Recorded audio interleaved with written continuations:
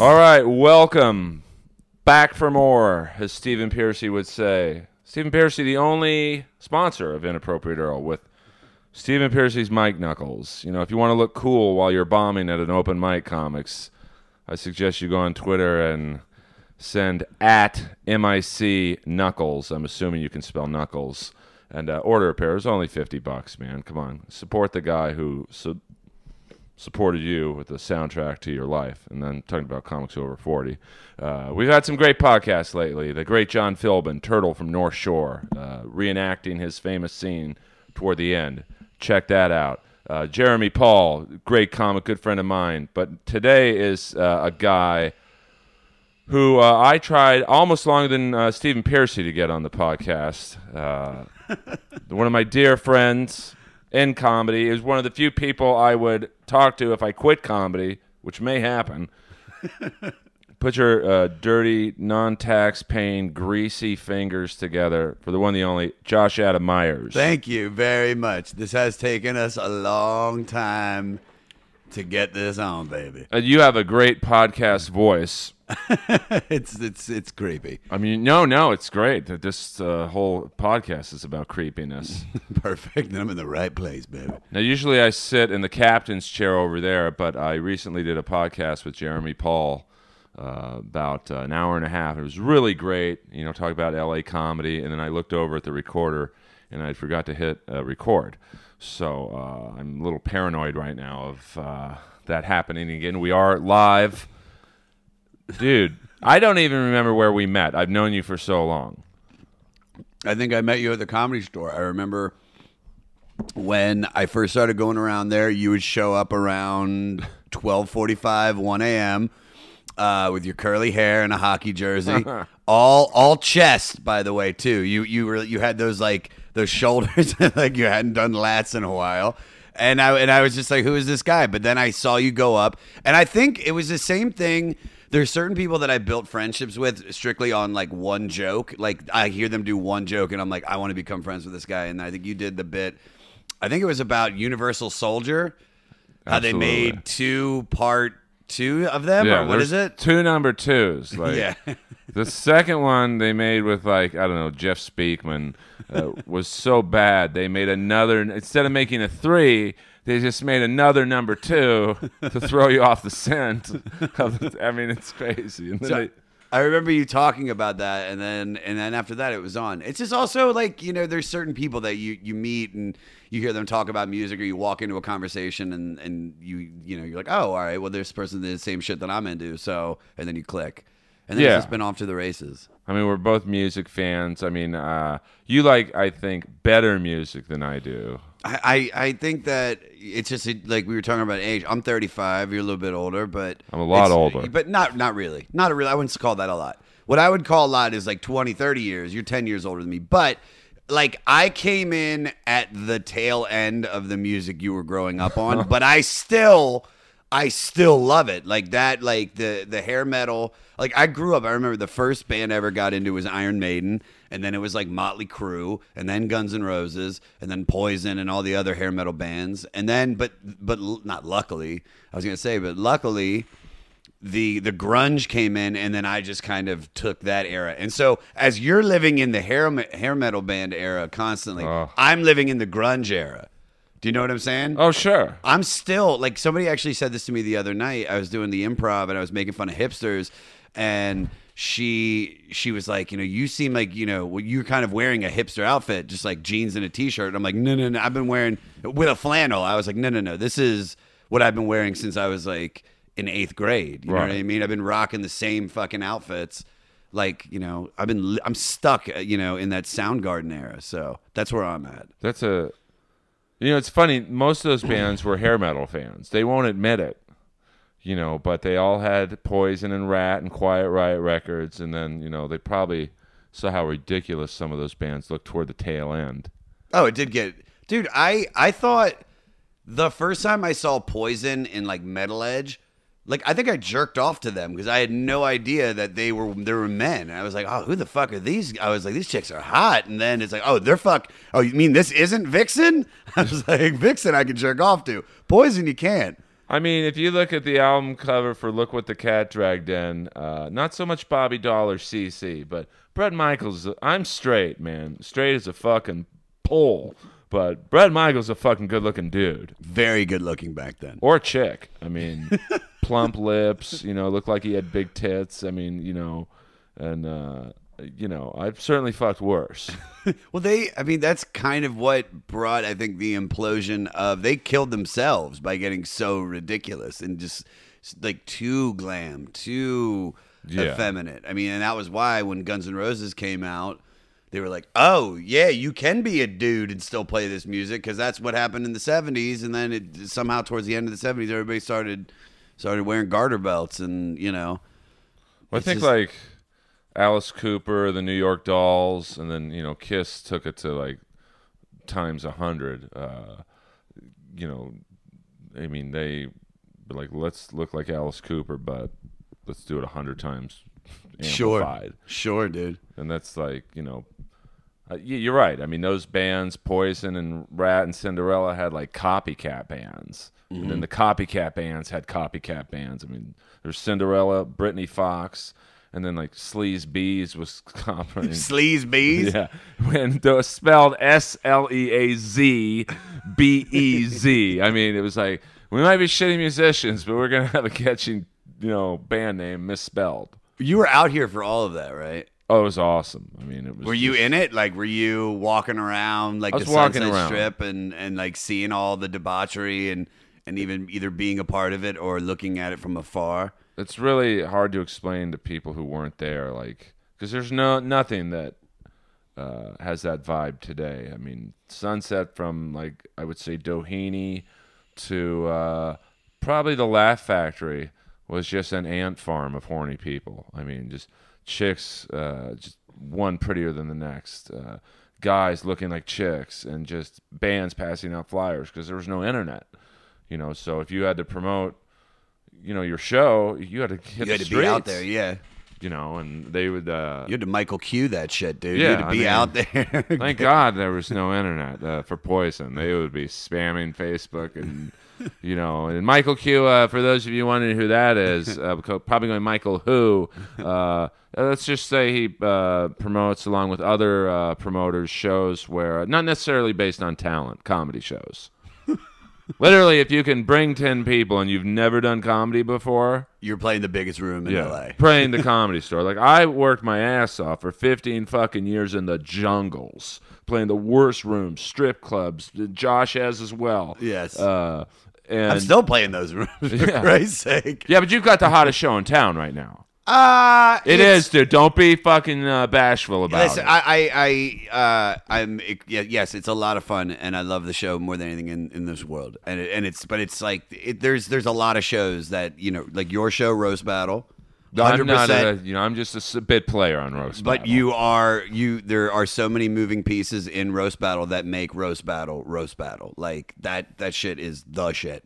And then but it's and I also think that the reason why is because it's just because of energy in the room. Like what you're creating in Roast Battle is what we're creating, in a different kind of energy, but it's just the audience feels a part of it. And when the audience feels a part of a show, then it becomes more than just, something that you'll see at the Laugh Factory or even the Comedy Store at the OR. You know what I mean? It's people want to be involved, and I feel that our two shows are the perfect examples of how you get the audience involved. Tell the people the name of your show. I have a show. I do it once a month at the Lyric Theater. It's called the Goddamn Comedy Jam. In the show, the comedians do a stand-up set, and then they tell a story about why they chose the song they're about to perform, and then they sing a cover song with my band LMNOP, and it's been great since day one, man. We're coming up on a year anniversary. We're coming up a year in July. July 13th is our year anniversary show. Do they have like like if they don't know the exact word? I mean, like if you said, Earl, you could do Round and Round, I might need to look at a lyric sheet. I mean, do they have to have the song fully memorized? You have to. Well, all right. So we've had comics that are like super anal about it and learn every word and do it exactly like the record. And then we have people like Swartzens come in, and he did Unbelievable by EMF. You know what I mean? Right. Which is a great song, super funny. And he made it his own version because like he really didn't know the words, so he just went but nobody gives a shit. Right. Nobody really cares. Like that's the thing, is that the audience really does not give a fuck if they know all the words. It's almost better if they fuck up a little bit. Like it's either have just, as long as they're having fun. You know what I mean? If the comics are having fun and they're committing to it, then it doesn't make a difference if they know the words or not. Like, perfect example, and this is the moment that I knew the show was going to work, because with the show, and I still have these moments, Earl, where I go, comics singing songs, this is the gayest shit I've ever heard. Why did I start this? Oh my God, what the fuck am I doing? This is so retarded. Like, this is what I'm gonna be remembered as. And then I'm like, oh wait, no, it's actually, it's not that bad. It's actually, people really love it. And I'm like, oh, because that's that dichotomy that's going on in my brain of just, he's like, am I good? Am I bad? Blah, blah, blah. But the moment where I knew the show was going to work was on the first show. So Matt Bronger goes up and does Skulls by the Misfits, right? He's the first guy to do it, right? I've already sang 2 songs. The audience loved it. Then Bronger goes up, does his song. He doesn't get much of a reaction, but the audience is like, okay, they're down. And then Jay Larson goes up and he does his set, kills, does his story, which is great. And then he sang Message in a Bottle by The Police. Right. And just fucked it up so bad. Like, because at that point we weren't doing rehearsals with the comics. Now I bring the comics in. Oh, you do? Now I bring them in because I want them to take it seriously if they want to take it seriously. If they want to put the time in, like the band is willing and I'm willing to meet them. We rehearse every Sunday night. So, in the Sundays, the night before the show, so they can come then. They can come the week prior to the show. And then they also can come and rehearse the day of the show at Soundcheck. And Jay didn't do it, but also I didn't offer it. And he was just so bad. But he was like committed and dancing, and he was fucking the words up, and he was singing the chorus during the bridge and it was just all over the place. And the audience just loved it, man. Because he was having fun. And at that point, then I was like, okay, then we've got something. And then it's just been, now I'm just, the lineups are, I don't really have to ask anymore. I'm just getting the people that I want. And you've had like Bill Burr and like some huge names. Burr's done it 4 times. And Burr's he's one of the main reasons it kind of blew. You know what I mean? He was like, I call him constantly. And, when I talk to him about, hey, do you want to jam, blah, blah, blah. And when we talk about stuff, I always, anytime I get some kind of new thing from the show, like, we're going to Montreal this year. We're going on tour, a few other things. We have a TV show in the works. Like, I always call him and I'm like, dude, I owe you everything, man. And he's just like, he's like, the show would have tipped over anyway. He's like, I just kind of nudged it. But it's the truth, man. Like, having him on that first show and then having it, then he immediately was like, I want to do the next one. He's like, I want to do this any month that I'm available. And it's just, he just promotes it on his podcast and it added the credibility to it. And then once you have Burr, it's just like with Jeff being attached to the roast battle, Jeff being there every week then brings on other huge names that want to judge. I mean, and he knows people and vice versa. So, well, it's just, we've been really lucky, man. Like, there's a lot of comics that want to do it, and then there's comics that are huge that are so afraid to do the show.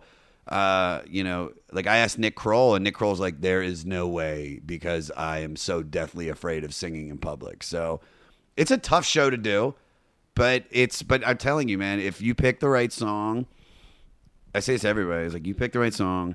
It's if the crowd knows it and you give everything to it, like, it'll be the best show of your life. Like, there's nothing, dude.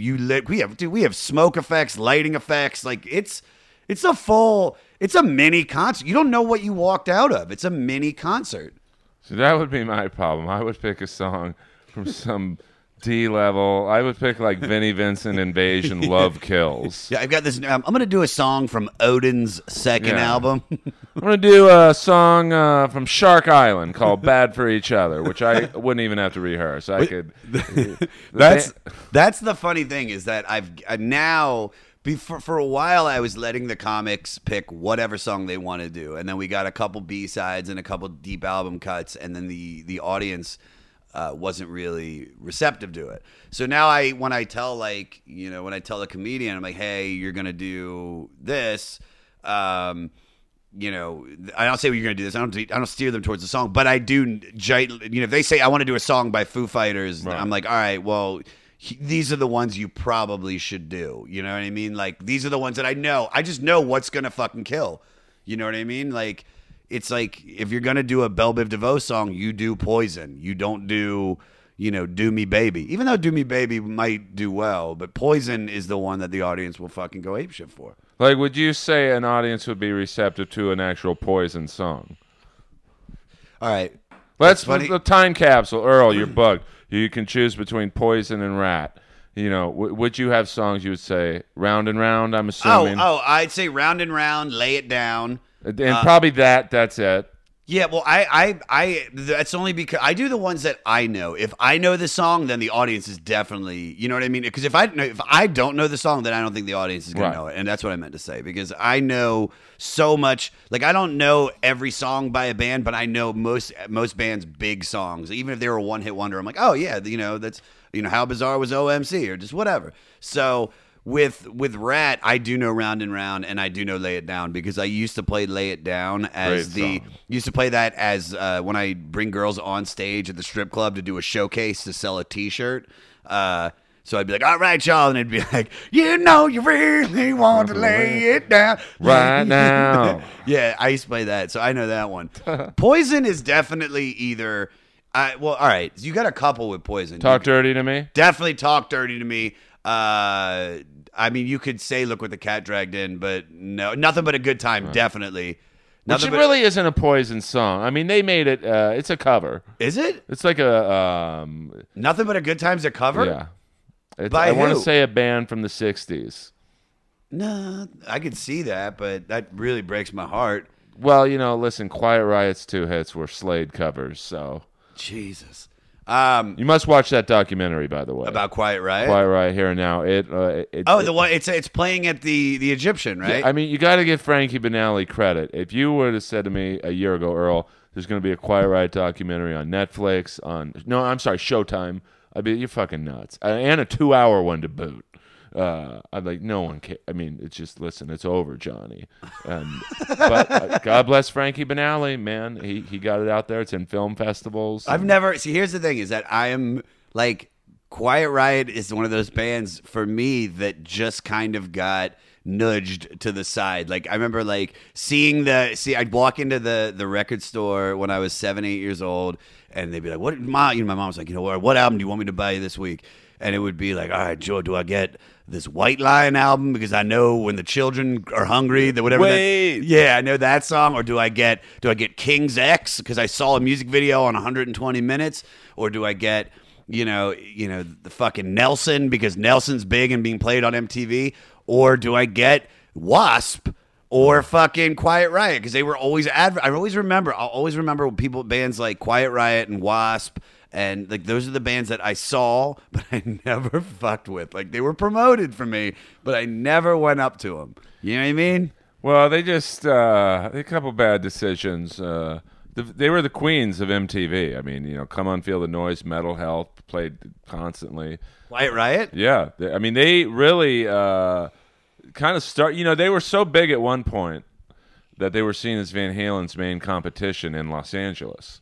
People kind of forget that.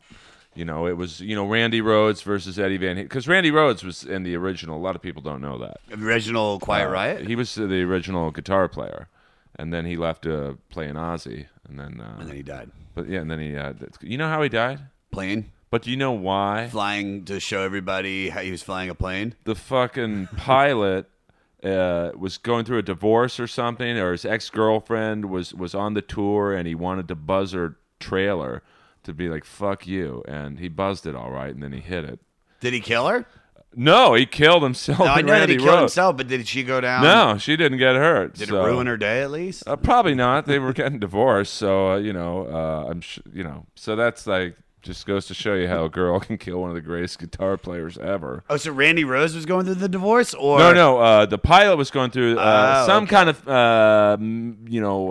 trouble with this chick, and he's like said to Randy Rhoads, "Hey, let's get in this plane and let's buzz her, cabin or whatever, or tour bus." And he wasn't quite the pilot he thought he was. So, I was never. See, the thing is, like, I've never really been into Ozzy either. Like, I know. certain songs by him, but it's not like somebody I'd ever put on. Like I know some Black Sabbath stuff, and like I know No More Tears, and I know the shit that he did with Lita Ford, but I never. I'm telling you, like my love for hair metal was solely, and I don't want to include Guns N' Roses into the hair metal, but even though they were, yeah, but they quickly got out of it. They run from it. They ran from it very quickly. But yes, I was actually talking to people that knew them at Canner's on Tuesday night, and they were telling me this story about them. But like I was obsessed, obsessed with Motley Crue. Motley Crue was Iron Maiden was the band that started it. And it wasn't even based on their music. It was just based on Eddie, the advertising around the shirts. I thought Eddie. I was always into horror stuff, so Eddie was just a perfect example of like, oh, this is so cool, and it's on a shirt, and he's a zombie dude. Yeah, fuck yeah, I'm gonna wear it. And then I got like, Somewhere in Time, and I got Power Slave, and I got all their albums. And then immediately, I think I'm like 7 years old when all this was going on. And then I immediately got into Guns N' Roses and Motley Crue. And those were like my two favorite bands. And then, like I said, there would be whatever MTV showed me is what I got into. Right. Does that, I was very susceptible to MTV's advertising. So if they were like, this is the new band, like Slaughter, everybody, their new video Up All Night. Dude, I was obsessed with Slaughter for like a month. And then once it shifted from I remember when they started showing Smells Like Teen Spirit. Oh, it was over. And then that was it. I remember watching the grunge, and I was like, this is really cool. Also, I was growing up in D.C. area, so there's like more of like there's still like a punk rock vibe going on in D.C., and it's just the grunge kind of adapted that. And then it was just, I remember, I'm like probably 13 years old. And I found Stone Temple Pilots, 13 or 14. I found Stone Temple Pilots, and then that was it. Then I was just obsessed with grunge and every other band that, Alice in Chains. And I still love like Anthrax. I still listen to Anthrax when I work out. I love Anthrax. But it's the hair metal. I just missed the end. Oh, such a good end. I know. Dude, I have fun like with the band when we get to do those kind of songs. We had a night where Burr did the show, and we opened with Welcome to the Jungle, and then we closed with Burr playing drums on Paradise City. And that was one of the funnest music nights of my life because I'm obsessed. Still to this day, Guns N' Roses' Appetite for Destruction is the best record I've ever heard. Oh yeah, top to bottom. Hands down. And I used to live in a building with Steven Adler. And it was just like, this was like a building in Century City. It was a lot of old Jewish people. Like the guy from Get Smart lived in the building. Don Adams, prostitutes lived in this building. A couple gay street hustlers. It was a wacky building, man. And then Steven Adler would be in the lobby like every morning with holes in his fucking sweatpants, asking me for $10, and it's like, dude, you drummed on Appetite, man. The fuck are you asking me for $10? Was this what is he still using back then? Probably. Oh right? Yeah, there was one night he was in the hallway naked, running around going, Earl, they're in there, and so I called the two black security guards. It's like, hey, he thinks two guys are in there or something, and there was no one in there. He was at the Comedy Store recently? I've seen him. Yeah, there was that show. Craig Gass had a show where like Dee Snider was there. Jeff Pilson from Dokken. I actually did. I was in New York for a few months, maybe like 2 years ago, and I was running my set for Montreal. Which you got, by the way. Which I got that year. So this is 2013. I did get it. I'm going back this year with the goddamn Comedy Jam. I've never been more nervous and excited about the show because it's a lot. I give everything at the goddamn. I really do. Like by the next day, my voice is gone, and I throw my body around. I stage dive. I crowd surf. It's crazy just what I've been able to do there and live that rock star, fantasy basically. But yeah, so we're doing 6 nights in Montreal, but this is 2013, so this is when I went for the first time, and I'm at the stand running my set because I had the showcase like 2 days later in LA, and in the audience, actually, there's this really annoying laugh just really loud, like, and I'm like, who the fuck is this guy? And I look over, and it's D. Snyder, and he came up to me after the show, and he was like, dude, you're fucking funny, man. That's great. And those are like little things, like, you know, I was never a huge Twisted Sister fan, but I do like the movie Pee-wee's Big Adventure, and you know, he is one of the best cameos in it. So See no evil while you hear no. a brain on me, a baba ski, baba doo. I love it. You're gonna Man. burn in hell. Yeah, I mean that's another band that literally back then one wrong decision could kill you, and they did a cover, which I love, but I have pretty bad taste in videos and music of "Leader of the Pack." Did they really? That old, I think it's. You'll probably know more. It's not a Shirelles song, but it's like the leader of the pack, and yeah, I know the song. And Bobcat Goldthwait was in it, and Luke Perry must have been his first acting job ever. He played a student, and it was a pretty long video, which back then they made like videos with stories, and that killed them. There's no recovering from that. And then they did. What year was this? This was like 85, late 85, and then they had an album come out in 87 that was just basically a D. Snyder solo album, but they called it Twisted Sister because the record company was like, you have to call it Twisted Sister. So it's just him, and I think guys like Kip Winger was basically playing on it. And I had Kip's album. He's amazing. You get shit on a lot. Oh, that's the guy from Winger, but. Yeah, the only one I mean, he was a good-looking dude, amazing looking, like too good-looking. His whole album was, I mean, not that his whole album, but his music video for 17 is just him like giving you fuck me eyes like the whole time, playing the bass is like it's his dick, But he could play it though. Yeah, I mean, he's not Les Claypool though. I mean, I wouldn't say he's that, but he's more accomplished than that band Winger musically. We're talking about Winger. I know. I'm telling you, I'm not. People are gonna probably stop listening after I say this. Bill Burr's listening to this, which he probably isn't. He'll probably punch me next time he sees me. Winger has musicians. You won't find four guys. The drummer Rod Morgenstein is like a jazz drummer. They just sold out. Red Beach is as good as any guitar player on the planet. But you look at how they looked. And it was like, Kip Winger, doing these ballet moves and like wearing these moose knuckle jeans. It's like, this guy's not talented, but a lot of those guys from that era are.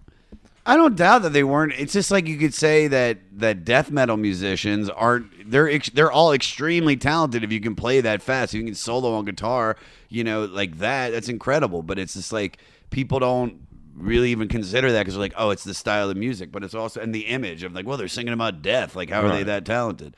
But Winger, I mean, you can't come back from that, man. Like, it's tough. They tried. He was right on that. He was right on the end, right? He was like right. I mean, right 88. Close. I think that might have come out the same, maybe not the same year as Appetite, but pretty close. And you had two sides to join, and those bands who came out like 88 to 90, it was like everyone, join the party now because it's ending soon, What was that like when it was ending? Well, you never really thought it was going to end, It was, it was just these bands were so big and, multiple nights at any arena in town. The videos were still being played. But then I would say Guns N' Roses kind of like was the start. Nirvana gets a little too much credit. But it was like Guns N' Roses was clearly like, okay, this isn't like Cinderella's video for Night Songs. This isn't Bon Jovi's, But Bon Jovi stuck around though. Well, they had a lot of help with Desmond Child, who is a songwriter I'm obsessed with because this guy's publishing a month must be in the millions. I mean, every Bon Jovi hit, every Aerosmith hit. He wrote their songs? After the comeback. So he wrote like... Pump. Everything from Permanent Vacation on, he wrote. Oh, for Aerosmith. Yeah. Okay. For some reason I was talking about Bon Jovi. Well, he did. Most of their early hits were all his. So he wrote everything off of like... He wrote The Crazy, Amazing...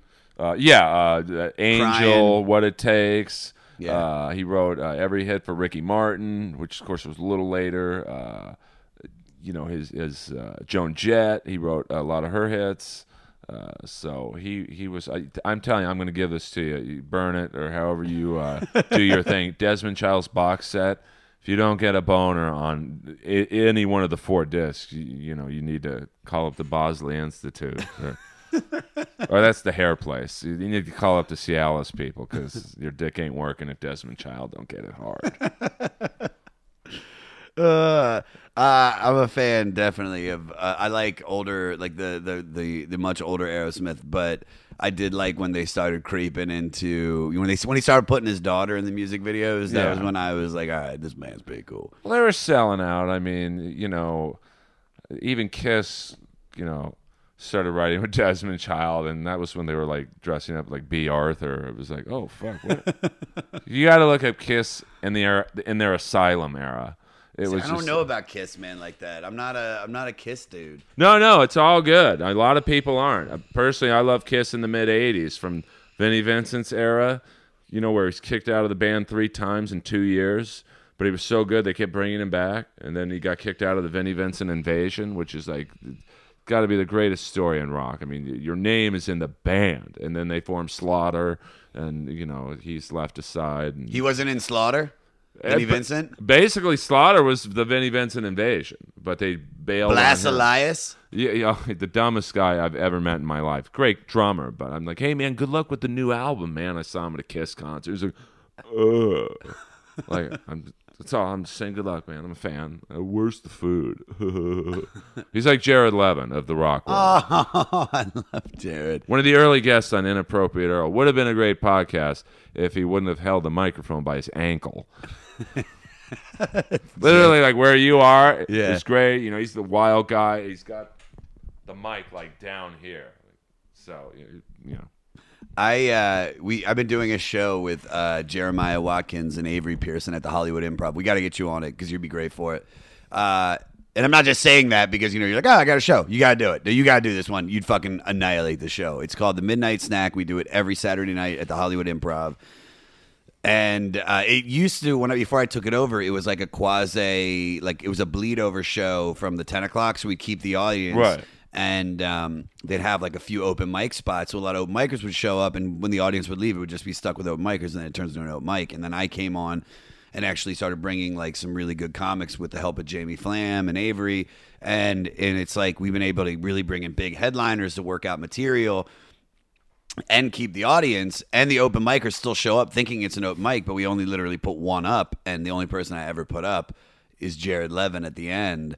And I always give him like a minute too long. Do you know what I mean? Like he's so like, I don't think, listen, I always say this. The same thing I said about Rick Glassman too. And I mean, I said he's got so much confidence. He's got so much stage presence. As soon as he figures it out, he's going to be huge. And Rick, was able to really hone what he does. And now he's got a set, and now he's on television. Jared, the same thing. I'm like, dude, I was like, he's so, dude, you got to admit, for however crazy this kid is, like he's so confident, or at least he's faking it well. But he just doesn't care, and he goes for it. And as soon as he figures out some material to go with that, it's a wrap, man. I want him, if I ever make it in this business, and whatever make it is, who knows, but I will help him first because I want to see that guy with money. You can imagine the drugs and the women he would hang out with if he had money to like, she told me not to come in her, so I came in her. I mean, he's just, and he's like an MMA guy. Like, you wouldn't think a little guy like that would be like, kick your ass.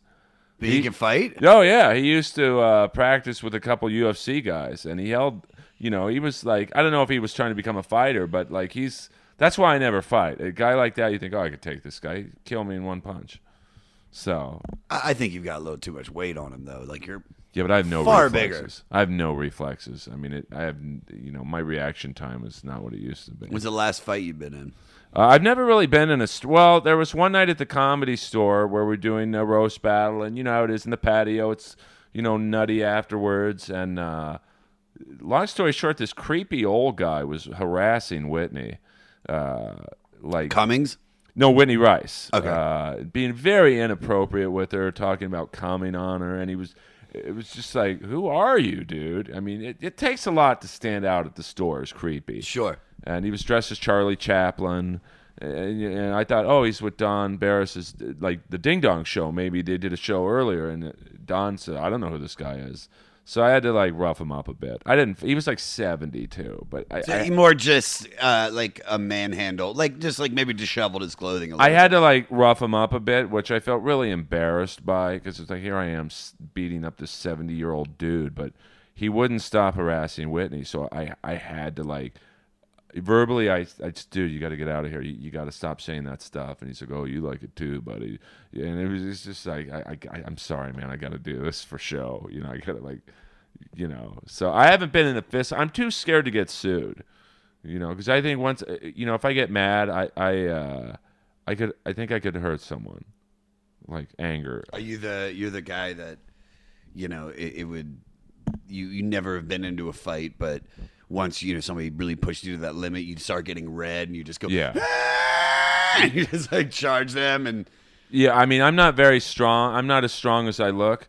So, but well, you look very strong though because I know you work out and you supplement. Oh, I supplement up the ass, yeah. but I'm very weak-minded. What do you Josh. bench? I mean, you mind me asking. I mean, it back max out 1 rep. Oh, now probably 250, which isn't much at all for someone my size. But back in the day, and I've never done roids or anything. I did 295 once. I did it, but I looked like I was having a seizure. I mean, locked it out. Oh, absolutely. And I have long arms, so I don't have a good body for a bench, but my spine was in 3 different directions. Both feet are off the bench.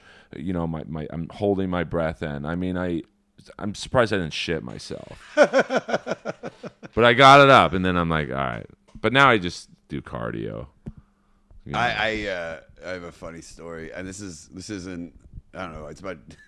I'm a big Wizards fan. Washington. Yeah, and Washington Wizards fan. I take a lot of supplements for working out, and and I also like as I've gotten older, I started drinking a lot better. Not drinking, but I mean like taking care of myself. The stuff I put in, like I drink a lot of fresh juice. I go to like those juicery places, get like wheatgrass and kombucha and shit like that, and I eat very clean. But it just makes everything pass through me very quickly. And I wake up in the morning, and me and my girlfriend go to get breakfast, and the Wizards Atlanta Hawks game's on, and we're up by 20. So I was like, oh, this is great, and blah, blah, blah. So I go to drop her off, and I'm listening to the game, and it's getting close to the fourth quarter, and then it enters the fourth quarter as I finally drop her off, and I'm driving back through Hollywood, and I noticed I was like, the Hawks were starting to come back, and I'm like, well, let me pull over at this bar and watch the game. And so I pull over at Bledsoe's on La Brea, and I'm watching the game with these 2 black guys, and we're down by I think 2, and then we tie it up. And next thing I know, there's like 10 seconds left, and the Wizards have the ball with the opportunity to win the game, and they give the ball to Paul Pierce. And the whole time, like I'm watching the game, I'm like, oh, my stomach's a little off. You know what I mean? I was just like, geez, I feel like I got to go to the bathroom. That eggs and the bacon isn't agreeing with me. And they pass the ball to Paul Pierce.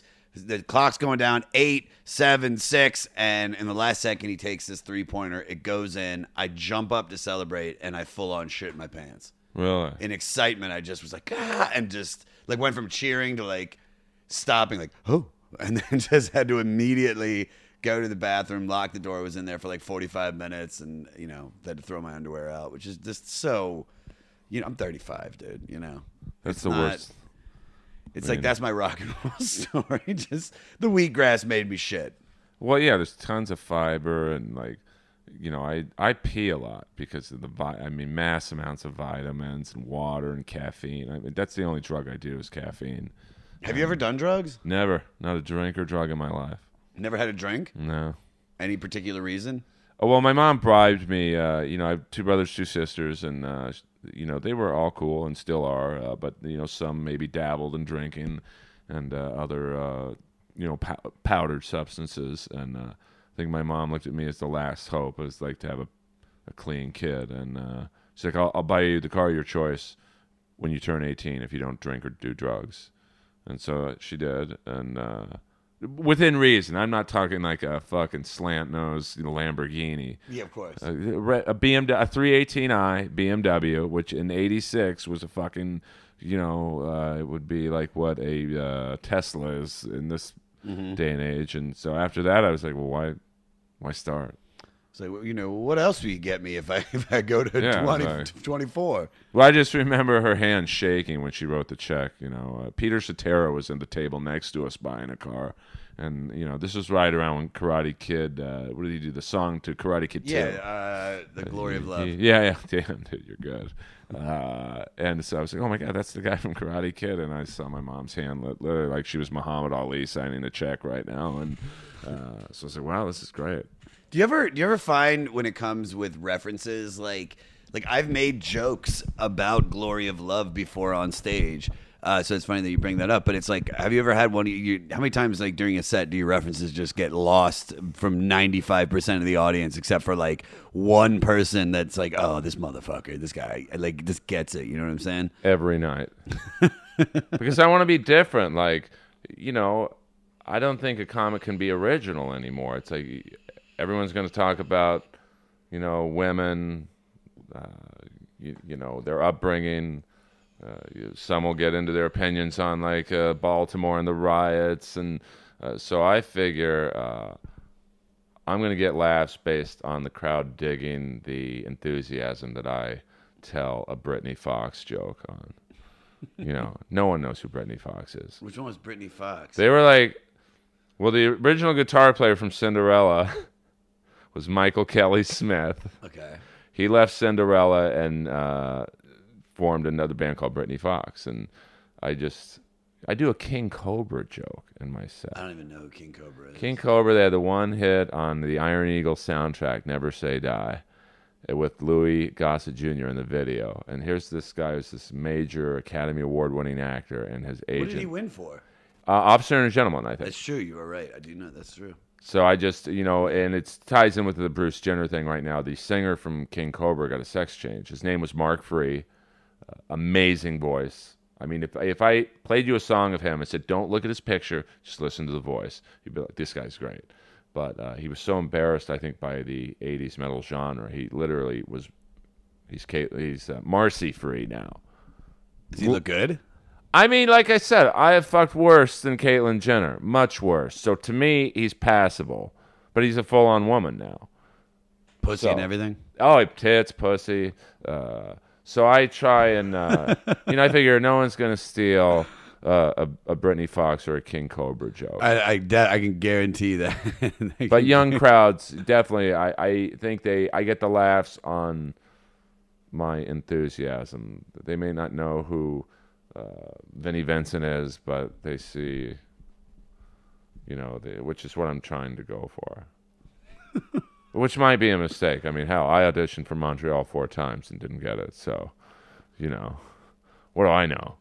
One year, you're going to drop that King Cobra joke, and that's the one that's going to do it. The guy, they'll have a new booker, and he'll be like, oh, that motherfucker. Jeff Singer from Montreal. Oh, fuck, man, King Cobra. This guy's... Well, you can't really give him new faces at 47, but let's just create a show that he can get. Well, you can still get on the festival if they just gotta, sometimes you just get passed for new faces, but you just move forward. Like that happened with Jason Collins, Paul Verzi. I know a bunch of comics that never did new faces, but just got into Montreal. Yeah, I mean, I just, Montreal to me is like, first of all, it's the hockey mecca. So I would just love to perform, in that vibe because but like, how did it change for you when you got it? Like, I think I know a few people who got it who thought they would be stars the next day. I mean, did you get like, when you came back from Montreal, was it like, were you getting offers, calls? I'm getting stuff now 2 years later, only because I've created something. That's it. I went. And I had that attitude. Like, I figured, like, this is my coming out party, because a lot of people didn't know who I was. And so I did it. And I did well, Like, it really upsets me. I still, I remember, like, there's all these bloggers that wrote a bunch of shit about Montreal, like, the New Faces performances. And I killed, man. I really did well. Like, I had so many people that night come up to me and say, dude, you had the set of the night at both shows. Like, you had the set of the night. And every blog was about alt comics. Do you know what I'm saying? Like, I mean, do you remember, like... Well, everybody was like, Rick Glassman had a career-making performance. And I followed him with no problem. Like, I honestly, and I'm not taking anything away from Rick. Rick does is what Rick does. What he does, he's great at, and he fucking did well. And then I came up and did regular jokes and just crushed. And the next day it was like Rick Glassman, Aparna, fucking, it was it's Sam Morrill, who deserved it, and a few others. But it was like, and then mentioned me, but it was like really like kind of just got passed over. It's just like, it's just in this guy, you know what I mean? And I think it's also has to do with a lot that I'm the exact opposite of an alt comic. I'm like the comedy of the 80s in the sense of like, or like not 80s, but I'm like, I want to be like, I look up to Kinnison and Right. Andrew Dice Clay and, very alpha male comedians. And because that's what I am. Like, I'm not a nerd. I've never been a nerd. Like, I'm not, and there's nothing against being a nerd. It's just that I've always been able to, get women and does that make sense? I don't want to come off sound like a fucking jerk, but it's like, do you know what I'm saying? No, It's not. like, there's just like, I walk on, it's like this. You take me and you take you take like Josh Fadem or some other comedian, like, or like an Alan Strickland Williams, and you put us up at Meltdown. The Meltdown audience is immediately going to identify with Alan before they identify with me. I even had people at Montreal. This woman came up to me and she goes, when you walked on stage and started talking, I said to myself, I'm going to hate this guy. And then a minute into it, I was laughing and in tears.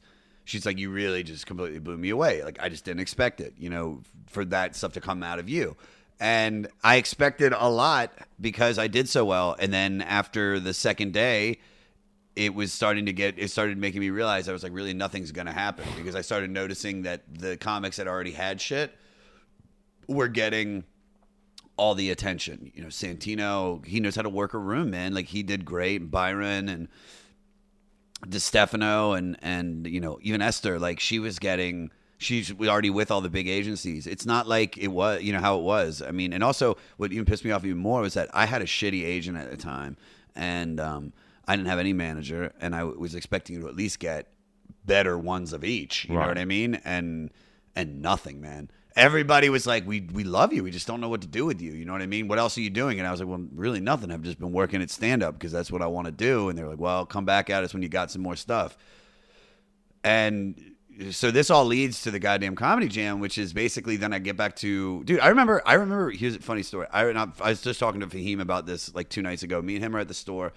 And we were talking about how in Montreal, he had to talk me off a ledge. Like, I remember it was like 4 a.m. We're out front of the Hyatt, which is where everybody's staying.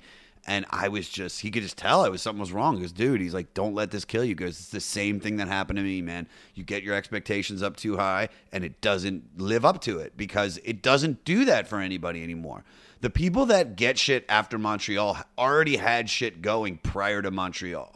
Do you know what I mean? Dude, it killed me to go back to America, and at the year anniversary of me going to Montreal, 4 of the people had been on Saturday Night Live. Every person has been on television besides me. Every single person I went to Montreal with has either done a late night set, done some kind of acting work or something. They all have. I'm the only one that hasn't. And that was right around the time that I started the goddamn Comedy Jam, because I just fucking gave up. I didn't know what to do anymore. I didn't create the goddamn Comedy Jam to get anything. I created it because I was like, I just want to have fun again. Right. And actually, after the death of Ange, I haven't really had fun in Los Angeles. I've been completely, in my own little box where I can go out and I talk to people, and I'm and I can be in what seems like a good mood, but on the inside I've just been so like, it's just not the same. It's like taking away, the best part of, taking away. It's like being able to eat food still, but the taste is gone. You know what I mean? It's like, well, what's the point? It's like, yeah, I'm getting full, but I'm not enjoying it.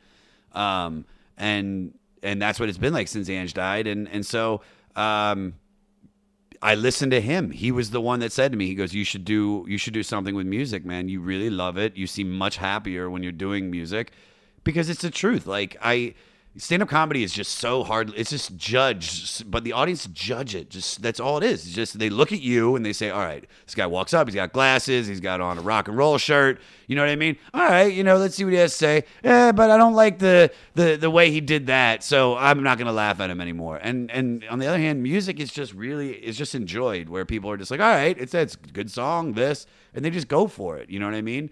Even if it's a shitty cover band or a comedian doing it, it doesn't make a difference. Music is just completely it's not broken down so harshly. So I decided to start doing it. And now it's really funny because immediately it took off and immediately all the offers for festivals started coming in. And so now I'm excited because I get to go back to Montreal. And I'm telling you, Earl, my experience in 2013 was not good.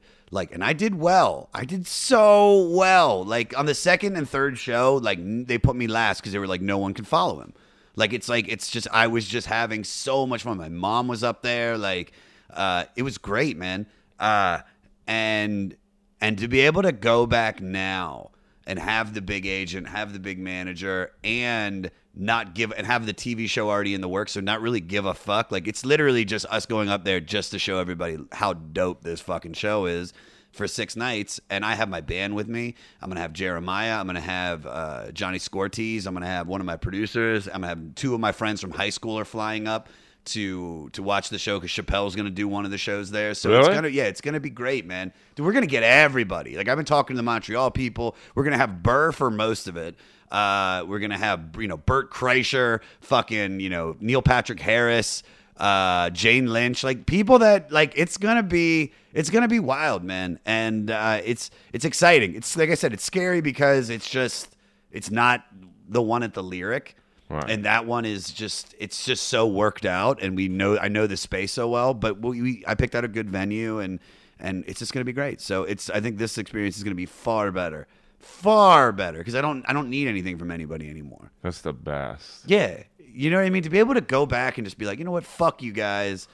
It's like I did this all on my own. None of you helped, and I don't need your help anymore. But please give me money so I can quit my job at the strip club. That's what I want. But that's why I admire you so much, man. Because it's Rob Schneider gave me the best advice when he could tell I was disappointed at not getting things and all that stuff. He's like, just become so good they can't deny you. And that's what you did. And you got Montreal, and we're still experiencing, frustration, and you just said, fuck it. I'm not what it is, and what really took me is that I'm not so much a comic as I am a performer, where I don't really sit there and write jokes, and the idea of stand-up comedy I love more than anything. But this is what I should be doing, this show and doing stuff with music and working with the band, because I've been doing it my whole life. And it's like once I got to show people, like Santino said it, Andrew Santino told me this, he goes, dude, you created something that showcases what you're good at. And for that, that's where you're going to get everything. Because Montreal only showcased the material that I could write in 6 minutes that was enjoyable for them. But it's like what I'm good at isn't just the material. It's the whole, I got to do the Hollywood Improv. I got to headline it, which was incredible. Because I can't believe people actually showed up for it. And it was almost sold out, literally 5-6 seats left.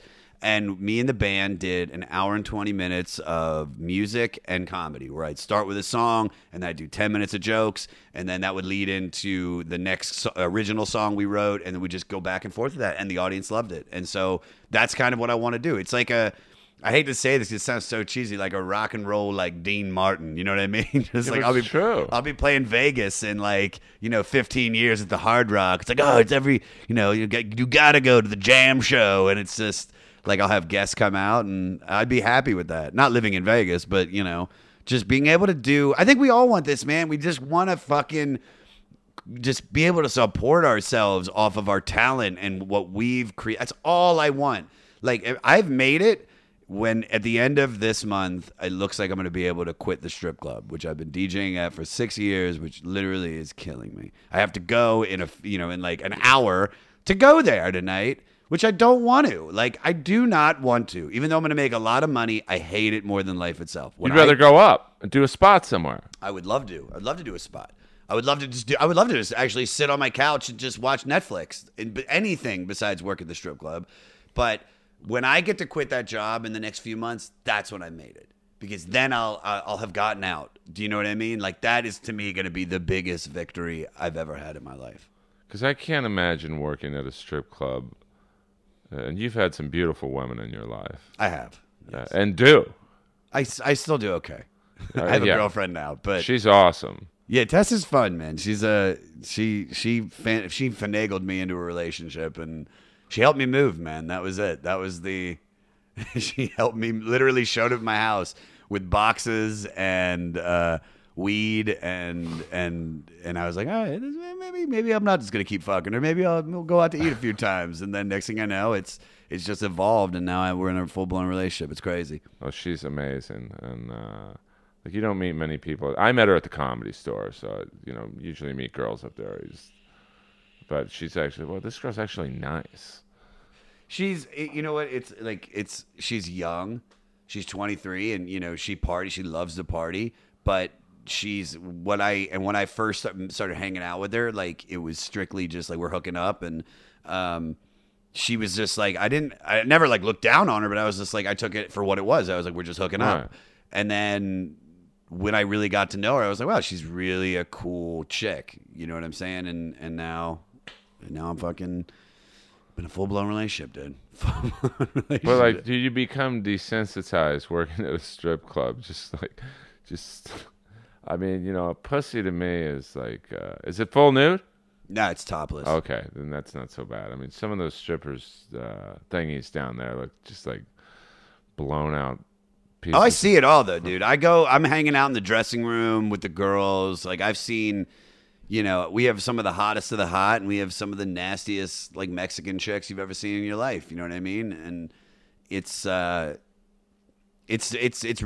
funny because, like, I'll work, and then I'll get off work. I get off late, like, 2-3 in the morning, and I'll get home around like 3:34, and I'll walk in, and my girl or any girl that if I've hooked up in the past is like, might call me and be like, hey, let's hang out to hook up. Oh. And I'm just like, I'm so turned off. Like, I'm so turned off from women because I'm with some of the just the shit that I see and the shit that they talk about, and like, what are they talking? And I know you probably don't want to give the name of the place out because you don't want. No, it's fine. I work at Dames and Games in downtown LA. It's a great venue. Like, it's a really nice spot. I think I know a guy there. Who? I'll tell you off air. Okay, cool. No. But it's a really nice, dude. I make a lot of money. Like, I wouldn't give up a Friday night or a Thursday night unless the money was that dope. And I mean, I'm right on that cusp where I have some really great months through stand up where I take off a lot, and and I'm on the road, but I always come back to this because it's easy money, cash. You're the DJ there. And the DJ. So you bring the girl. Do the girls say, "Hey, can you bring me up to Motley Crue?" Or yeah, right. Not at my club. Maybe. I wish. Can you bring me up to Justin Bieber? It's not. It's all the worst hip hop you've ever heard in your life. It's all Migos and Meek Mills and Rick Ross and Fetty Wap and Drake, and which not all that's terrible, but it's just after you've been listening to it for 7.5 hours straight, like, you want to kill yourself. And then I always put on for the special songs. That's when I'll put on, like, Lay It Down, or I'll play Paradise City. I play sometimes I play Shout by Tears for Fears. Oh, I love that.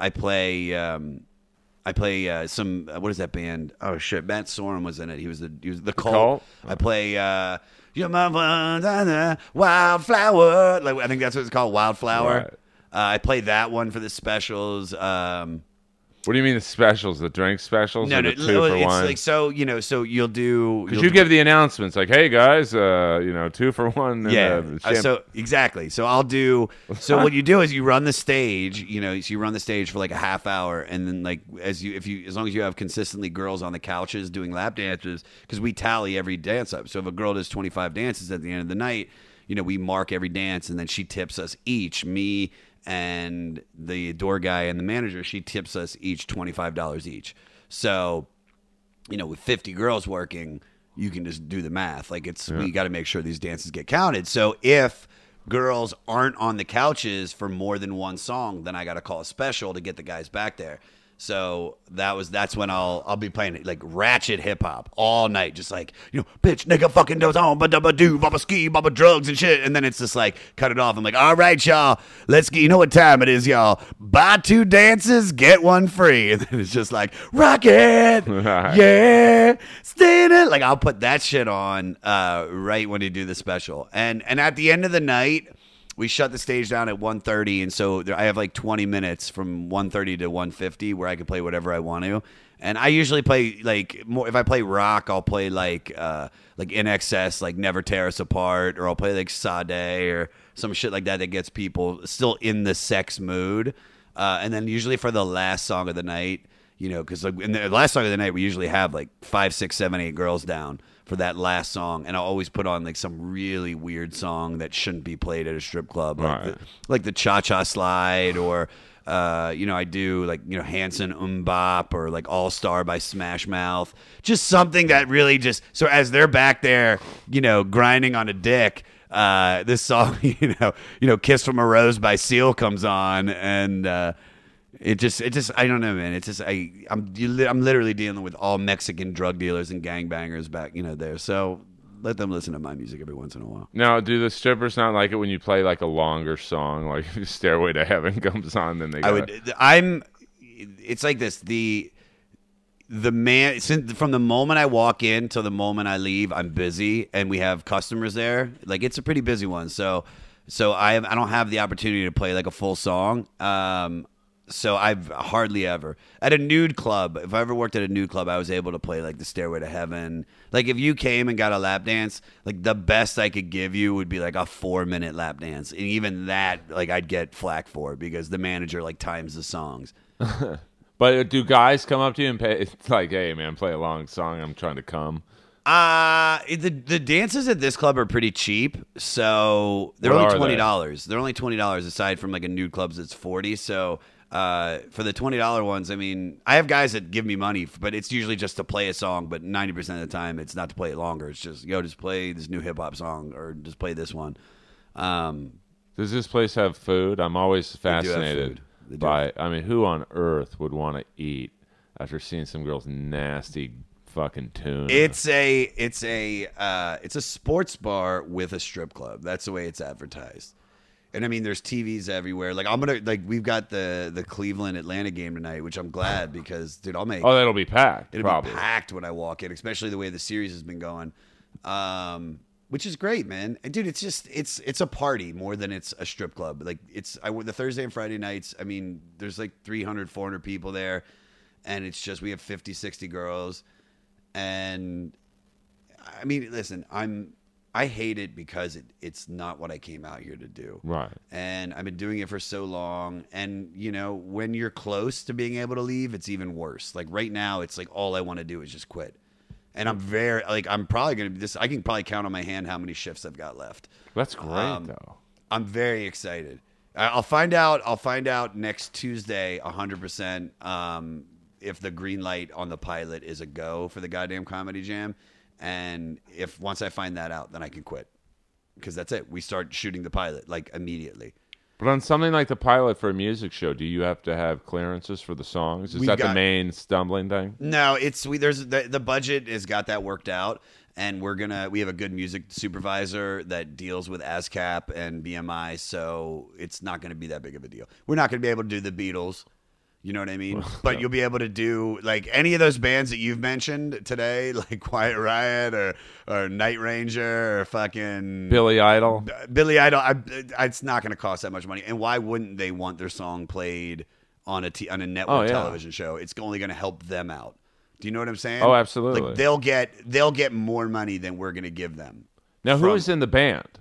My band. Yeah. It started. Well, There's LMNOP, which is 2 members. Is Nick? I always get their names wrong. Their last names are both so complicated. Nick Liberator is the drummer, and Joel Ruchtowski is the guitarist / bassist / congo player / whatever. We could do the show with just the 2 of them and me, because Joel's kind of like a multi-instrumentalist. I mean, that's a word the way. That's why I'm instrumentalist. Yeah. Close enough. You know what I meant. But he does a lot of looping, like Sufjan Stevens. He's just very, very talented. And we also have Jake Golden on Flying V guitar. But it's like a fiddle Flying V. It's really cool, man. But he shreds, dude. Like shreds. Like it's kind of cheesy because it's very like Booger Presley from Revenge of the Nerds, and the Flying V is strapped to his chest like it's that sword dildo from the movie Seven. You know what I mean? The way it sticks out. A lot of people don't know about the Seven dildo, so I'm really happy you got the reference. Of course. But we got Jay, and then we have Chris Norton on keyboards, who plays with Zappa, plays Zappa. So he's been on tour a lot, but luckily we've got him for the next few months. And they're all just friends, and they're just great, man. We've had issues with songs this month because Burr was supposed to do it, but he has to do rewrites on his show, so he has to drop out because he's out of town. And we've had to like book, we got Dane Cook coming in to replace him and Brent Moore, and I had to add them literally with like 2 days to go, and the band's just like, yeah, we got it. And they pick it up so fast, man. As long as I give them just like, they can learn a song in a couple hours. Perfect example, Eric Andre did the show on the second one, and he picked a Bad Brain song. And when he showed up for the show, he started noticing everybody else doing these like epic ballads or power rock songs. And he was like, dude, I don't want to do that anymore. And this is like literally 20 minutes before he's about to go on stage. He's like, I want to do Kiss from a Rose by Seal. And I pull the band off, and the band learned it. I mean, in 5 minutes. Having never played it before, they played it for the first time live together with him singing it. And it was incredible. So they're great, man. Great dudes that I've known for about 7 years. Because who was the guy when I used to see you at the Unknown Theater? Wild Bill, like you had some. No. That was Hitchcock or Hancock, something. Big mustache. Yeah, I know great that. player. That was Sax. No, it wasn't Sax. It was. All right, so I don't know if you remember. His name was. Oh God, what was his fucking name? It was like a Wild Bill type. Because you had a show at the Unknown Theater with Angelo and I think one or two other people. Sunday nights, I think. Yeah, it was originally Sarah Tiana's show and Laura Valdivia, and then they stopped it, and then me and Sax Carr took it over. It was, I forget the guy's name. It was like Bill Hitchcock, Hancock. Yeah, dude, it was something like that. I met him. They had a show called LOL Palooza at the Comedy Store that coincided with the Sunset Music Festival. Right. And they set it up where like Steven was hosting, and he wanted to come out at the beginning playing Don't Stop Believin', and then like halfway as he's playing it on piano, that guy Wild Bill came out and like, would shred it. And then they pulled a curtain down, and then I was playing drums in the background. So it was like basically a makeshift band to start it, and I just became friends with the dude, and he was super talented. But I think I don't know where he is now. Once MySpace went away and it switched to Facebook, I lost touch with a lot of people, man. No, he was really good. I remember I was on the show once, and I just jokingly said, "Hey, can you give me a little Steve Stevens Rebel yell?" And he went right into it. It's like he was super talented, man. He was a great guitarist. No, I love any musician I'm a fan of because I can't play anything. So. Can't play anything? I wish I could, but I'm just so... my friend who drums for Slash now tried to teach me the guitar, and this guy's a super accomplished musician, and after 20 minutes, he's like, Earl, I can't do this anymore. But to show you how dumb some people are, he used to work... This is like your strip club story. He used to work at Johnny Guitars on Sunset. He'd moved here from Winnipeg, and he was... like drumming for Vince Neil and the Bullet Boys, all these just, it's just so sad to see someone so talented just wasting away with these 80s guys. So he'd work there as like his day job, and he's teaching me guitar, and I was horrible. And some stoner walks in and sits down next to me and goes, dude, I love your style.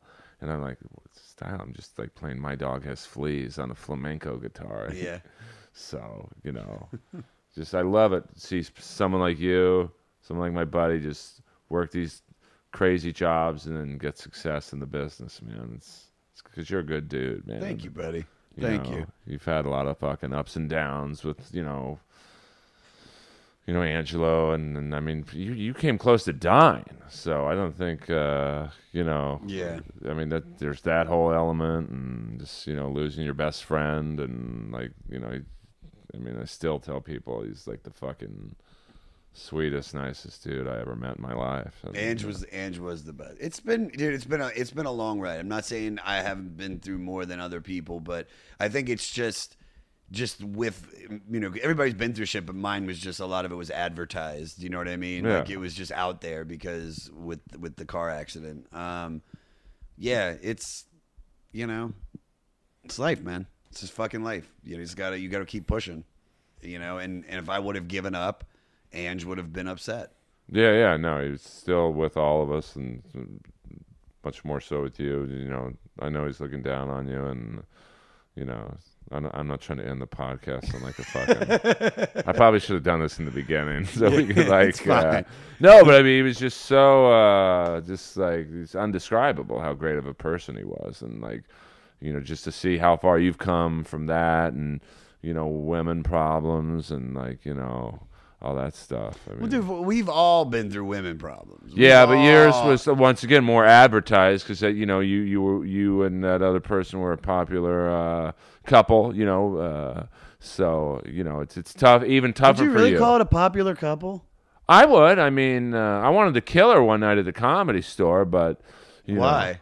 Well, she went on like before me. She somehow weaseled her way on the show I was on, and this is a couple years ago. And there's 3 people in the room. And it's a tough the OR is, I think it's the toughest room in the country. I mean, I've seen the A of the A level comics bomb in that room. So she does her set or whatever you want to call it, and she goes to sit down next to the 3 fucking crowd members. And it's like, what are you doing? It's like, they're going to talk to you. I'm up here, telling, but and it's just like, really, come on. I know you're a hot chick and all, but like, well, it was Tommy. I remember she showed up, did the open mic, and Tommy like made a beeline out of the booth and ran up to her and was like, I want you to keep coming here. He's like, you're really funny. You know what I mean? I really see something in you. Oh, I bet. He saw 2 things on her. Yeah, of course. But dude, that killed me too. I remember when she told me that. She's like, yeah, Tommy wants me to start calling in my avails for development spots. I was like, and I hadn't even been past to that yet. I was so livid, dude. Well, I mean, it's hard. Like, in theory, you're supposed to be happy for someone. Oh, that's cool. Good job, honey. But, like, you and I had the same struggle with that fucking dude where it's like, wait a minute. You just passed the guy who gave you weed. You're killing it. I've never seen you bomb, which is pretty, like, rare to say, like, I've never seen someone bomb that I've known for 10 years. Sure. I bomb. I mean, we all bomb. We all bomb. But I've never seen it. And I've seen you perform, who knows how many times. I handle it well. I think that's kind of why. I think I am bombing, but I just handle it very confidently. You have a great stage presence. You have a great, like a David Lee Roth style confidence. It's all confidence, dude. It's all, my whole shtick is 90% confidence, 10% shitty material that I've been working on for 7 years. See, I'm the opposite. I'm 90% shitty material, 10% confidence that I can work it. Dude. It's when I found out you were one of the first people getting past post Tommy, it made me so fucking happy. I think it made a lot of people happy. Because you deserve it. You're dude. Like when the Comedy Store is destroyed and we're all dead and gone, you'll be remembered there. I'll be one of the Mount Rushmore of. Definitely, well, it's just like, and I don't want to talk about Tommy because, I'll say this: I don't think it's any accident that no management company, talent agent, or another comedy club reached out to him. Oh my god, he was the worst. He was the worst guy in the world. And it also says, and I was talking to somebody about this. It's like, the fact that he stayed there that long at the Comedy Store really says a lot about the Shores. Like, nothing to shit on them or anything like that, but it wasn't until he started stealing from them, knowing this guy is like a complete and utter racist. Do you know what I mean? It's like the guy is like openly like saying the N-word around about black comics, and they're just like, no, he's fine. He's, he picked Whitney. You know what I mean? Like Whitney. But he really didn't. I mean, that's the thing. He tells people that he discovered Whitney and D'Elia, and they were going to make it with or without him. It's not like, You know, it's like someone taking credit for you. You were, or are, or whatever the right word is, gonna make it with or without. You just have a pit bull mentality of, no one can take credit for that. And he was, instead of passing, I won't say me, but passing guys like you or Jason Tebow, or Candace, he was literally passing people who gave him weed or studio time, and giving them good spots. It wouldn't. You could almost sell it to me like, okay, this guy's giving me weed. I'll put him on last. Who did he pass that gave him weed? I don't want to mention names, but I'll tell you off air. Okay. Because I'm still friends with the guy, but it was like he would literally put this dude on the main room Saturday night before like Sam Tripoli, before like some it was the guy who gave him studio time. He would put on once again in the OR ahead of like great comics. So you can almost say, okay, he's putting them on last on a Tuesday night. What harm does that do? But he was just an awful. He was person. giving them crazy good stage time. So I wasn't a fan, but I think guys like you and I, our opinions on him get dismissed because it's, you're just bitter he didn't pass you. Well, I'm disappointed. I would have much rather been passed by Tommy than by Adam. Nothing against Adam whatsoever, but just I wanted that. And I don't think I was ever really close. I think he was stringing me along completely, where it was, the Comedy Store has always been the one club that really dicked me around. Improv's always given me so much love. And the Laugh Factory, I just know where I stand, where it's like I call on the Veils. I might get one show a month. If once every other month, definitely. But if I need a spot at the Laugh Factory, I'm like, I got to run a set, 7 minutes, they'll give it to me. You know what I mean?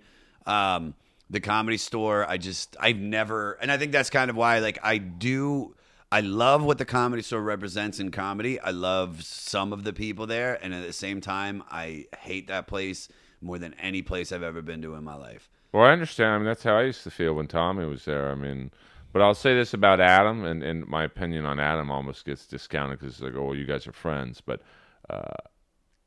he will tell you where you stand. Like, he won't encourage you. He'll say, hey, this is the deal. I'm not saying you. I just mean, anyone. And, even before he, passed me, he's like, hey, man, I got to showcase you. And it's if you're not up to snuff, we're buds, but I can't pass you. Like, just because we're buds. And and he tells certain comics, hey, you're not my thing, I'm sorry, but he Tommy would encourage you, even though he had no chance, you had no chance of getting passed by him. He would never have passed Candace, a black female, no way. He was sending her to La Jolla. But I mean, Tommy never once sent me to La Jolla. Never once sent me to La Jolla. Even after Brett Ernst went up to him and said, hey, I want to take Josh, he said no. Yeah, he did the same thing with me, where Dean Del Rey was headlining the weekend, and Dean was very nice. Hey, Earl, the rock and roll, all that stuff, and he's like, well, he can do Friday. I literally went to La Jolla for Friday. It's like, and then it's just like, but I mean, if I do feel good about what happened to him, it's no one's reached out to him from the entertainment business, and that says it all. Sure. I think if Adam leaves the Comedy Store tomorrow. Oh, he's got but Adam's a good guy. I love Adam. But he'll have job offers from the Improv, Laugh Factory, Hermosa, 3 Arts. He could name his. Are they already approaching him? Kind of. I don't know that, but I mean, I think that.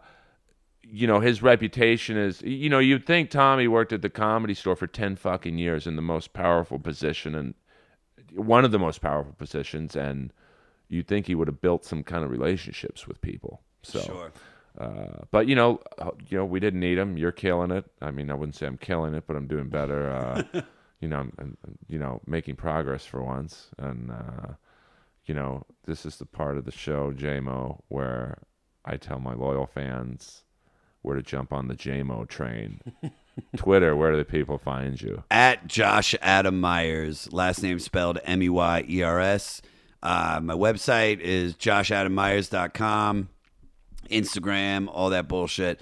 Look up the goddamn Comedy Jam on Instagram. It's the GD Comedy Jam, and I think the same thing on Twitter as well. But keeps you up to date with all the lineups and a lot of big things coming. We're going on tour with it. So check my website and my Twitter, and I'll tell you all the shows.